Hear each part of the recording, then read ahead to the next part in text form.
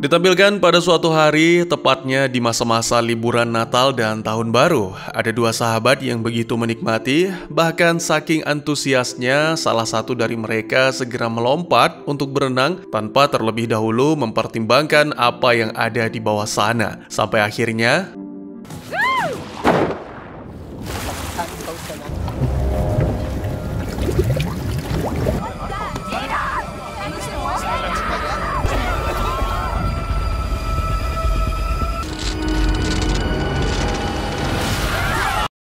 ya, apa yang sebenarnya terjadi? Selamat datang dan selamat berjumpa kembali bersama saya Teguh Gusto. Bagaimanapun kabar dan dimanapun kalian berada, ingatlah selalu keluarga adalah tempat kita kembali, di mana cinta tanpa syarat dan kehangatan selalu menanti. Seperti biasa, saya akan bercerita yang pastinya tentang sebuah film, dan kali ini berjudul La Palma, rilis di tahun 2024, disutradarai oleh Casper Barfoot, serta dibintangi oleh para aktor yang tentunya tidak perlu diragukan karena saya belum kenalan. Baik, daripada kelamaan, segera siapkan kopi kalian dan mari cerita kita lanjutkan. Pada tahun 1949, terjadi letusan di dekat Pulau La Palma di Spanyol yang menyebabkan serangkaian gempa bumi dan munculnya zona patahan di puncak gunung berapi. Zona itu bergerak sebagai satu kesatuan menuju lautan. Sejak saat itu, penduduk setempat percaya bahwa akan datang bencana lain yang tak terelakkan. Ditampilkan sebuah keluarga dari Norwegia tiba di pulau itu dalam rangka liburan Natal tahunan. Mereka bisa dibilang sudah langganan di hotel yang sama selama 7 tahun dan menjadi akrab dengan para staf. Tahun ini mereka terkejut mendapatkan kamar yang lebih mewah. Saat menjelajahi kamar itu, putri mereka, Sarah, menemukan anting yang tertinggal oleh turis yang kini sudah meninggal. Special apartment for a special lady. A special room. For a special lady. Somebody left this on the floor. Let's see. Adegan berpindah ke Institut Geologi di La Palma. Para ilmuwan sedang memantau aktivitas vulkanik di pulau tersebut. Mereka juga khawatir tentang kecelakaan perahu dan apa yang mungkin terjadi. Salah satu peneliti muda, Mari, menyadari bahwa pemancar yang mengirim data ke komputer tidak berfungsi, jadi dia dan rekan Haukur pergi ke gunung untuk menyelidiki. Setelah mengambil sampel, mereka terus menjelajah dan menemukan puluhan bangkai kelelawar. Haukur memeriksa udara dengan alat dan menemukan konsentrasi karbon dioksida serta gas belerang yang tinggi. Lebih jauh di dalam gua, mereka menemukan bagian lain dari pemancar yang hancur. Ternyata ada retakan di atap gua dan lapisan batu menghancurkan peralatan. Starting my doctorate by destroying expensive equipment. That's great work, Marie. That is a seriously big crack. Mereka kembali ke fasilitas dan membagikan temuan tersebut kepada pimpinan Alvaro yang ternyata malah marah karena Mari berasumsi ini mungkin pertanda letusan yang akan datang. Sebelum menyebarkan kepada publik, Alvaro menegaskan bahwa mereka harus mengumpulkan bukti yang kuat. Entire crack. It was not there a week ago. You can see the dead bat. Your rainy seasons have become longer and more powerful. Earthquakes? Avalanches? Okay, that's enough. Then stop adapting reality into theory. Do some more homework, and then we can talk about it.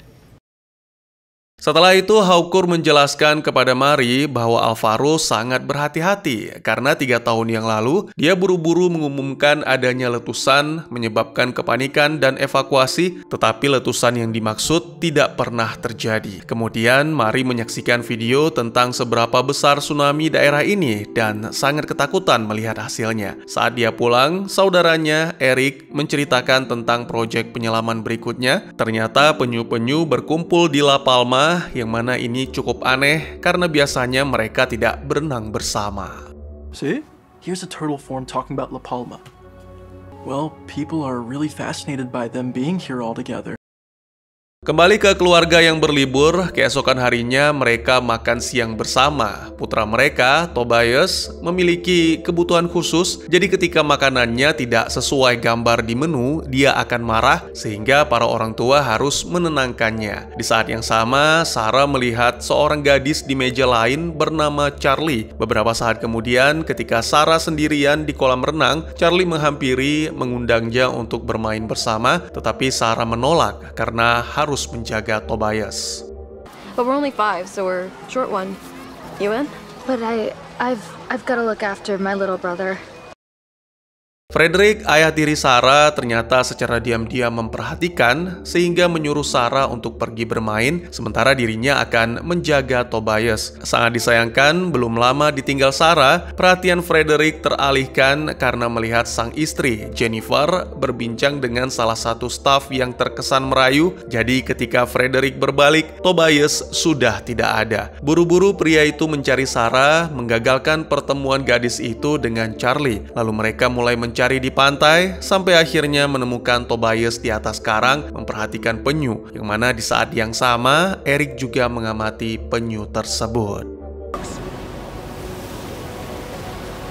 Tobias, my boy. Oh, God, you can't leave like...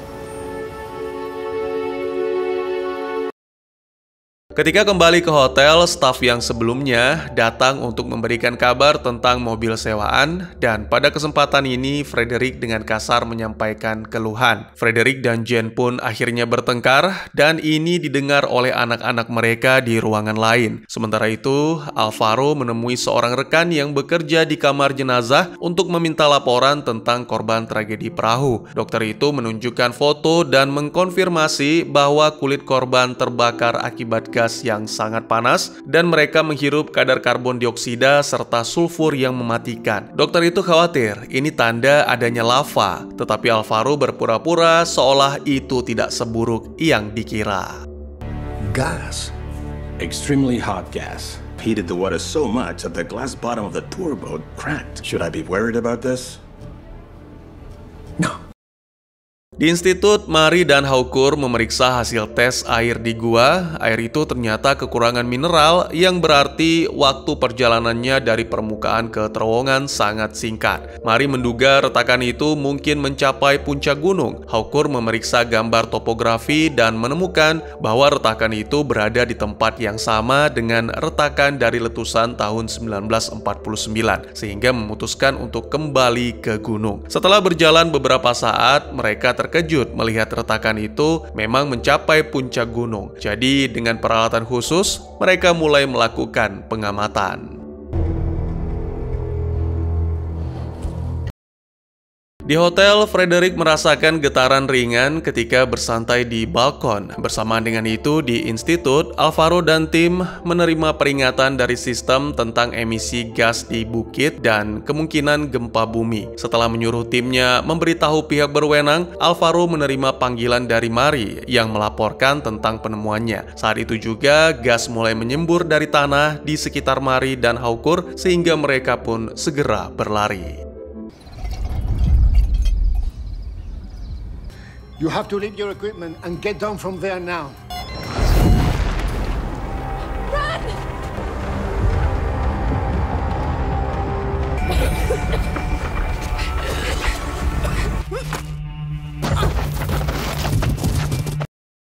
Beberapa waktu kemudian, Mari bermimpi tenggelam. Ketika akhirnya terbangun, dia menemukan diri di rumah sakit. Alvaro memberitahu bahwa Haukur menghirup banyak gas, sehingga harus diinduksi dalam kondisi koma. Sementara para pendaki sangat disayangkan tidak selamat. Hey, Are you okay? he got heavy poisoning. They put him in an induced coma. Mereka mulai berdebat karena Alvaro masih tidak mau mengeluarkan peringatan resmi, menjelaskan bahwa jika mereka salah lagi, maka orang-orang akan kehilangan kepercayaan selamanya. Mari menceritakan pengalamannya saat berusia 10 tahun, di mana kala itu tahun 2004, tsunami di Thailand merenggut nyawa kedua orang tuanya. Padahal sebenarnya bisa dihindari jika mereka menerima peringatan. Selain itu, dia juga menghubungi Eric dan memintanya untuk segera kembali dari laut. We need more proof, more data. This isn't science anymore. If the Institute cries wolf again, people will lose faith in us. Di hotel, Sarah mendekati Charlie dan akhirnya mereka pun berbincang. Namun sangat disayangkan, suasana hati Sarah segera memburuk ketika melihat Charlie berbicara kasar kepada seorang pemuda karena merasa bersalah tentang video yang diupload di media sosial. Ya, biasalah anak muda. Sementara itu, Frederick dan Jen berencana pergi ke gunung untuk menikmati suasana yang berbeda. Sayangnya, seorang pria bernama Arn memberitahu mereka bahwa area itu telah ditutup akibat kemunculan gas yang telah memakan korban jiwa. Selain itu, Arn juga menyebutkan insiden Tobias yang tidak diketahui oleh Jen. Good thing we found the boy here yesterday, huh? Yeah, let's talk later. Sure. We're just all worked out. Ketika mereka kembali ke kamar, lagi-lagi terjadi pertengkaran dan ya, anak-anak mendengar mereka. Frederick menyindir Jen karena jarang ada di sekitar, serta mengungkapkan bahwa diri lebih mengenal Sarah meskipun gadis itu adalah anak tirinya. Kesal, Jen pergi meninggalkan Frederick, sementara Sarah yang menangis diam-diam juga pergi. Beberapa waktu kemudian, gadis itu tiba di kota dan menghubungi sang paman, Jens, yang bekerja di Kementerian Luar Negeri Norwegia. Oh my God, Jen. No, but you... As soon as we land, you begin flirting wildly with a Spaniard. Sarah menjelaskan bahwa dia akan pergi ke Madrid untuk melarikan diri. Jadi gadis itu meminta uang untuk membeli tiket pulang. Tentu saja Jens membujuknya untuk tidak melakukan hal itu dan sangat disayangkan Sarah malah menutup telepon. Jens kemudian mencoba menghubungi saudarinya Jen, tetapi tidak diangkat karena wanita itu sedang melakukan meditasi. Hey, I need to borrow some money. Frederick, yeah, they are arguing. Yeah, I bought myself a plane ticket to Madrid. Adegan kemudian berpindah menampilkan beberapa waktu kemudian Sarah sudah berada di dalam pesawat. Dia terkejut menerima pesan dari Charlie. Sementara itu, Mari dan Alvaro menjelaskan temuannya kepada wali kota yang ragu karena takut ini hanyalah alarm palsu lagi. Tapi kedua ilmuwan tetap berusaha meyakinkan untuk mengatur pertemuan dengan pemerintah. We have reasons to believe we're facing a major catastrophe. You are, sir. Do you realize the consequences if you don't act? Maria, people could be in serious danger. Beberapa waktu kemudian, Mari akhirnya bertemu Erik dan mencoba membujuk sang adik untuk kembali ke Norwegia serta menyebutkan tentang bahaya tsunami. Namun Erik malah salah paham, mengira sang kakak berusaha menyingkirkannya sehingga terjadilah pertengkaran. If you don't want me in your life, you won't have to anymore, okay? There could be a tsunami.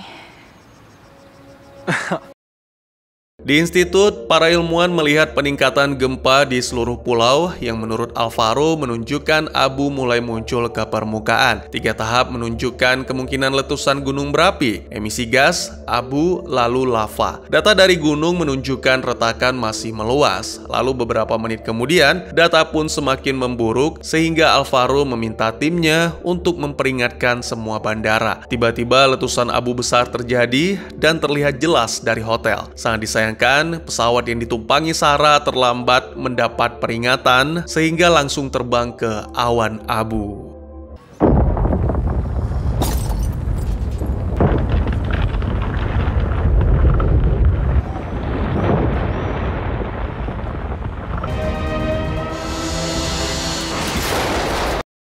Jen dan Frederick menerima telepon dari Jens yang memberitahu mereka tentang rencana Sarah. Mereka berpikir semua penerbangan telah dibatalkan, tetapi saat itu juga mereka melihat pesawat Sarah jatuh dan meledak.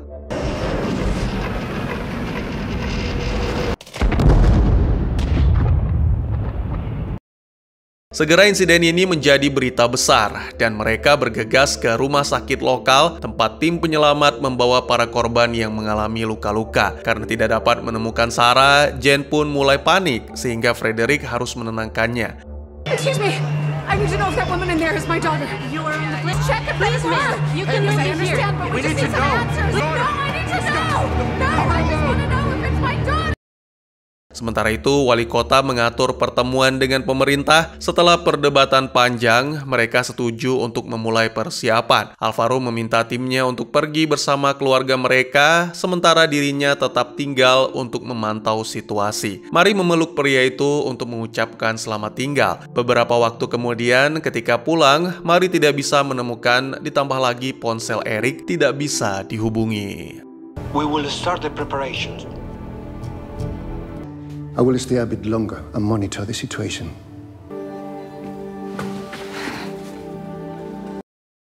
Kembali ke Jen dan Frederick, mereka dihampiri oleh seorang petugas yang membawa daftar penumpang dan menjelaskan bahwa Sarah hilang bersama semua orang di bagian depan pesawat yang meledak. Pasangan itu pun diminta untuk kembali ke hotel sampai ada kabar lebih lanjut. Lalu ketika kembali ke kamar, alangkah terkejutnya mereka menemukan Sarah sudah ada di sana bersama Tobias dan Arn.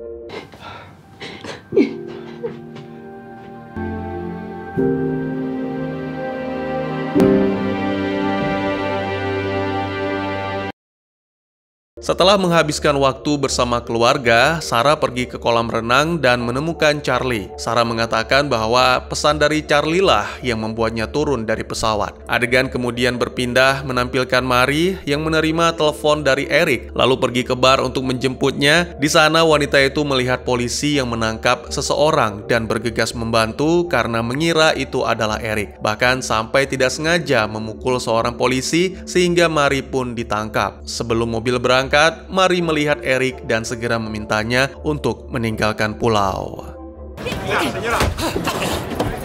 So sorry. Please get up out of it, okay?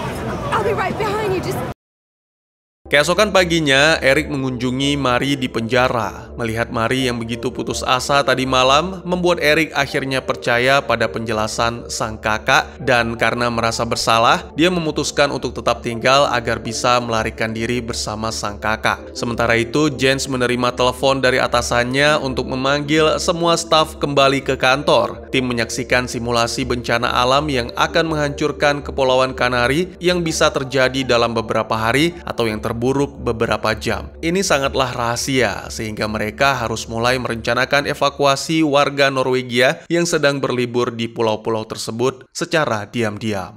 It would be the largest natural disaster humanity has ever faced. Chaos, it is extremely important. Di hotel, Sarah kembali ke kamarnya. Dalam tangisan, dia akhirnya memberitahu sang ibu tentang seluruh perasaan serta beban yang terpendam selama ini. Dan Jen pun memberikan dukungan penuh. Lalu seluruh keluarga berenang bersama dengan penuh kegembiraan. Sayangnya momen bahagia itu terganggu karena panggilan Jens yang mengabarkan tentang tsunami. Dia menjelaskan bahwa La Palma bukan prioritas dan kapal-kapal telah dialihkan ke pulau-pulau yang lebih besar. Jens menemukan hanya ada satu kapal kecil yang berangkat dalam 20 menit, jadi Jen dan keluarga pun diminta untuk bergegas. 20 minutes. You have to be on that one, okay? Understand what I'm telling you? Chaos. Promise me you'll leave now and won't tell anyone. Sarah mencoba memperingatkan Charlie, tetapi dia tidak menemukan gadis itu di kamar dan waktu pun hampir habis. Di luar, mereka tidak dapat menemukan taksi, jadi Frederick mencuri sebuah van. Dia langsung tancap gas, menghindari orang dan mobil sampai akhirnya tiba di pelabuhan.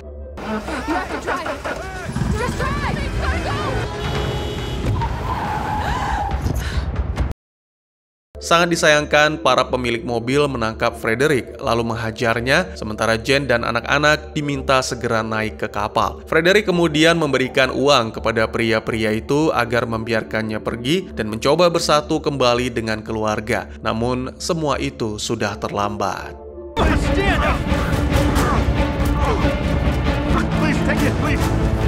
Get out of here. Go.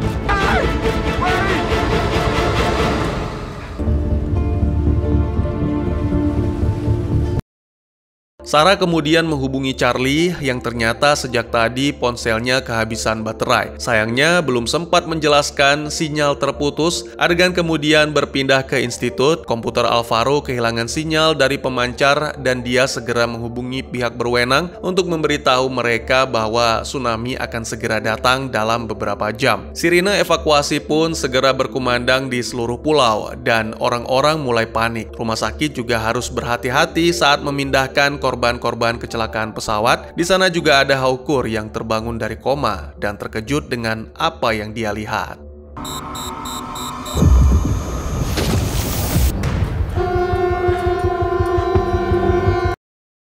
Semua orang berusaha mendapatkan tempat di kapal terakhir. Untungnya dibantu oleh Arn, Frederick akhirnya berhasil naik. Di saat yang sama, gunung berapi akhirnya meletus, mengeluarkan lava dalam jumlah besar. Sementara itu, di kantor polisi, Eric memarahi seorang petugas karena tidak mau membebaskan kakaknya. Petugas itu bersikeras bahwa dia harus menunggu perintah atasan. Kembali ke Frederick, melihat seorang wanita putus asa bersama bayi, membuatnya memberikan tempat untuk mereka, sehingga kini dia juga terjebak di pulau. Adegan juga menampilkan institut di mana secara mengejutkan Haukur muncul dan menolak untuk pergi. Keduanya memutuskan untuk menghabiskan hari mereka dengan melakukan pengamatan terakhir.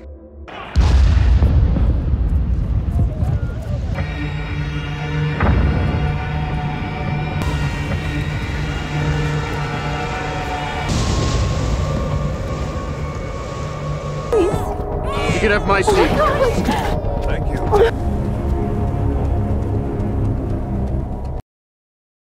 Media dari seluruh dunia meliput insiden tersebut, menunjukkan rekaman lava yang jatuh, memperkirakan tsunami, dan upaya evakuasi. Kembali ke Sarah yang mencoba menghubungi paman Jens untuk memberitahu apa yang terjadi. Jens meminta bantuan atasannya, namun sangat disayangkan sang atasan marah karena Jens telah membocorkan informasi rahasia. Di kantor itu juga ada seorang pria yang meneliti gelombang tsunami, menawarkan bantuan untuk mencari lokasi aman bagi orang-orang yang terjebak di pulau. Lagi-lagi atasan Jens menolak, dan kali ini Jens nekat memanggil kembali pria peneliti, lalu memberikan semua yang dibutuhkan untuk menemukan lokasi aman.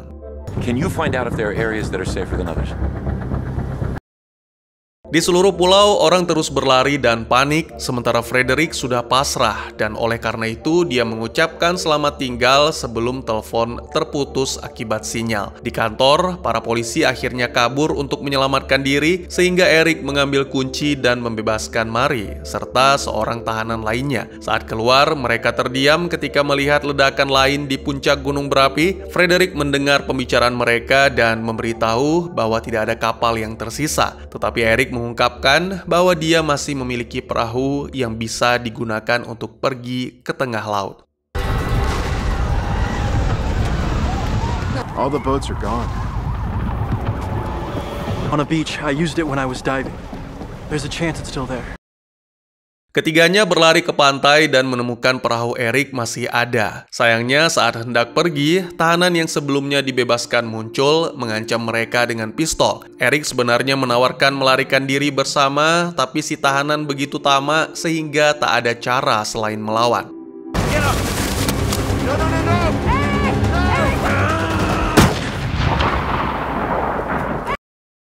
Sangat disayangkan, Eric tertembak dan akhirnya meninggal dunia, sementara Frederick melancarkan perlawanan dengan memanfaatkan kelengahan si tahanan.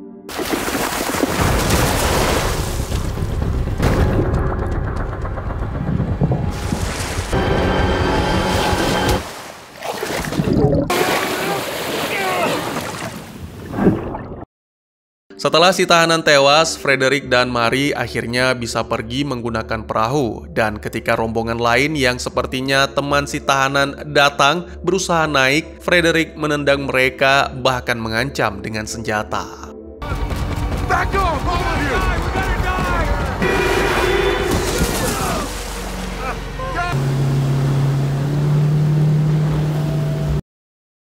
Sementara itu, James mendengar dari ahli gelombang tsunami bahwa satu-satunya tempat aman untuk bertahan dari tsunami adalah di Pulau Tenerife, tepatnya di sebuah teluk. Tapi peluang bertahannya ya 50-50. James memberitahu atasannya tentang tempat itu, tapi lagi-lagi dianggap tidak cukup baik karena tidak berani mengambil resiko. There's a safe spot on Tenerife. Not up high, but Instructs people to go to this safe spot and they all die, we will be blamed. Di puncak gunung, Alvaro dan Hawkur mengenakan pakaian khusus untuk berjalan sekitar gunung berapi dan menyaksikan lava mengalir melalui retakan sambil berbagi anggur.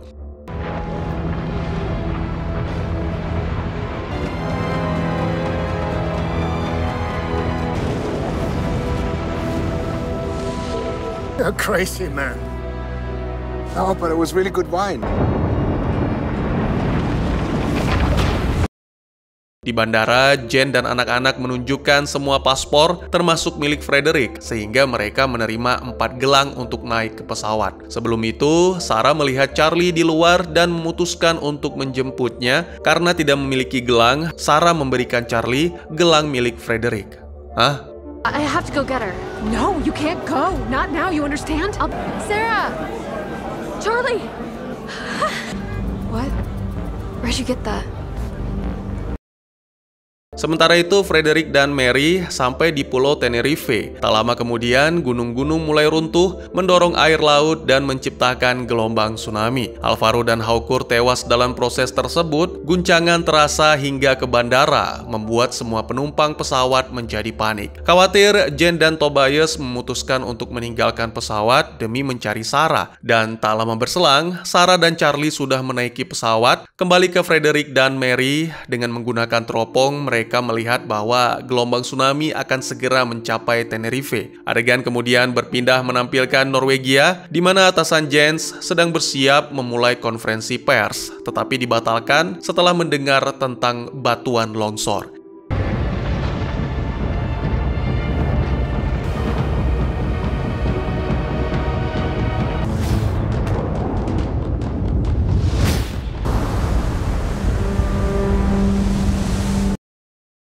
Jens memanfaatkan keberadaan wartawan untuk akhirnya mengungkapkan kebenaran tentang tsunami serta membagikan koordinat lokasi aman dan meminta agar semua orang membagikan ke seluruh sosial media. Tak lama kemudian, Frederick menerima pesan tentang koordinat tersebut sehingga dia dan Mary kembali menaiki perahu untuk mencoba mencapai teluk. There is a safe spot, an area that is most likely. This must try to get there as soon as possible. Everyone in North. There's still time to get there. Use social media, call, do anything. There's a safe spot here, and we're here. It's right around the bay. Here. Di bandara, orang-orang di 2 pesawat terakhir panik saat melihat gelombang yang semakin dekat. Sarah menelepon sang ibu, mengabarkan bahwa dia ada di pesawat. Jen tak bisa berkata-kata dan hanya meminta Sarah untuk tetap berada di sana. Di saat yang sama, Charlie menerima pesan teks koordinat dan Sarah segera mengirimkannya ke Jen. Belum sempat mencari koordinat tersebut pada peta, tiba-tiba saja jaringan internet terganggu. Untungnya Tobias menyukai dan mengetahui cara membaca peta. Sebelumnya dia sempat menggambar peta Tenerife, jadi bocah itu menunjukkan ke seorang staf bandara dan mereka pun langsung pergi ke lokasi aman sesuai titik koordinat menggunakan mobil. Ya, inilah momen paling menegangkan.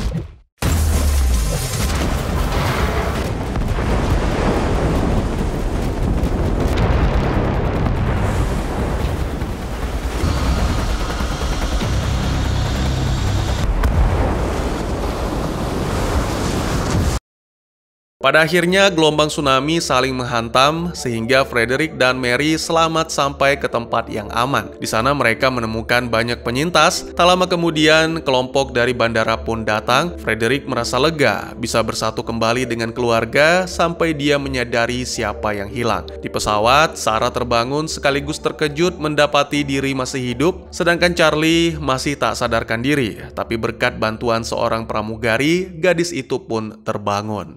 Charlie! Charlie!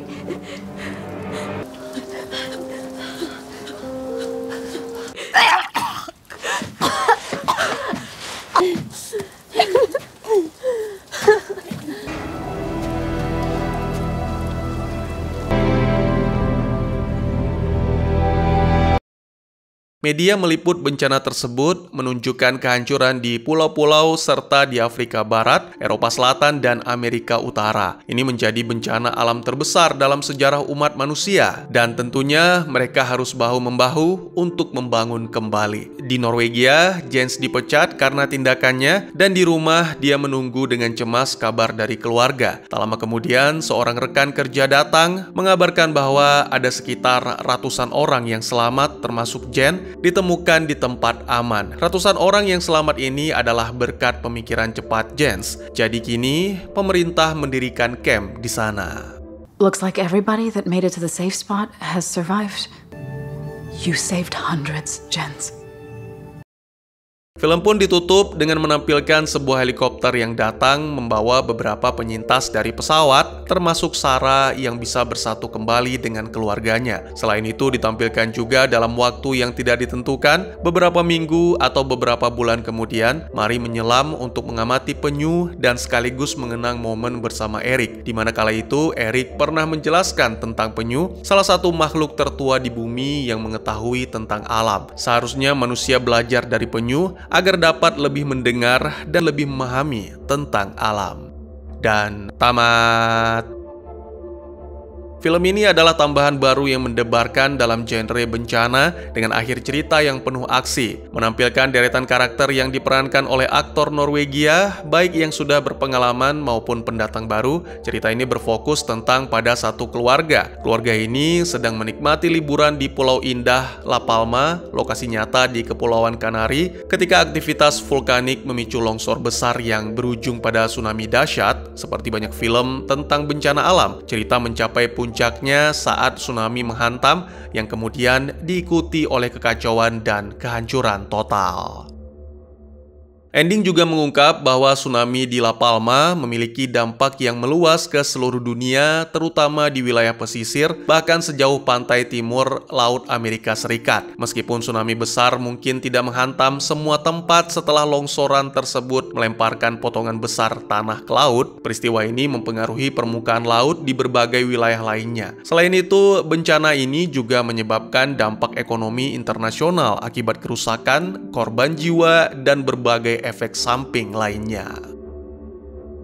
Yang menarik, La Palma tampaknya menggambarkan dampak ini dengan cukup akurat. Jika longsoran sebesar ini benar-benar terjadi, dampaknya akan terasa sejauh pantai timur Amerika Serikat. Film ini memang tidak terlalu banyak menghabiskan waktu untuk membahas dampak setelah bencana, tetapi berhasil mempresentasikan dengan cukup realistis betapa luasnya dampak global yang terjadi. Meskipun ada beberapa hubungan dengan kehidupan nyata, film ini tidak didasarkan pada kisah nyata. Seperti yang disebutkan, La Palma adalah lokasi nyata di Spanyol dan merupakan salah satu dari Kepulauan Canary. Pulau ini juga pernah mengalami aktivitas vulkanik di masa lalu, namun bencana sebesar yang digambarkan dalam film ini belum pernah terjadi di La Palma.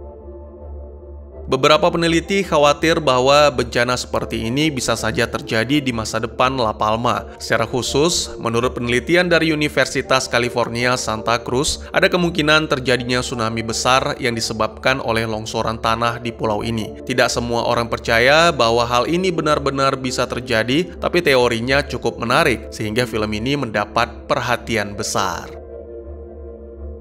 Yang menurut saya agak mengganggu adalah ending yang kurang realistis. Momen ketika Sarah selamat dari tsunami meski terjebak di dalam pesawat yang dihantam gelombang besar, sementara hampir semua penumpang lain tewas. Ini sulit dipercaya, apalagi Sarah keluar hampir tanpa cedera, dan Charlie juga selamat. Meskipun adegan ini khas film atau serial bencana yang sering mengambil keputusan narasi serupa, saya pikir ini terlalu tidak masuk akal. Tapi meskipun begitu, film ini tetap menjadi tontonan yang mendebarkan dengan akhir yang penuh aksi. Bagaimana menurut kalian? Mungkin segitu saja teman, terima kasih buat yang sudah menyaksikan. Silahkan memberikan komentar, bertanya, ataupun merequest kira-kira film apa yang menarik untuk dibahas. Bisa lewat kolom komentar, atau buat yang malu-malu bisa via DM ke Instagram saya di @tekugusto. Insya Allah pasti akan dibaca. Mari kita jadikan kolom komentar sebagai sarana penambah wawasan dan menciptakan jalinan persaudaraan, bukan malah menjadikannya sebagai tempat pembulian sehingga menciptakan permusuhan. Jangan lupa untuk dukung terus channel ini dengan cara share, like, dan subscribe karena dukungan dari kalian sangat berharga bagi saya demi perkembangan channel ini. Saya Gusto, sampai jumpa di video selanjutnya. Tetap semangat, tetap bersyukur setiap hari. Dadah!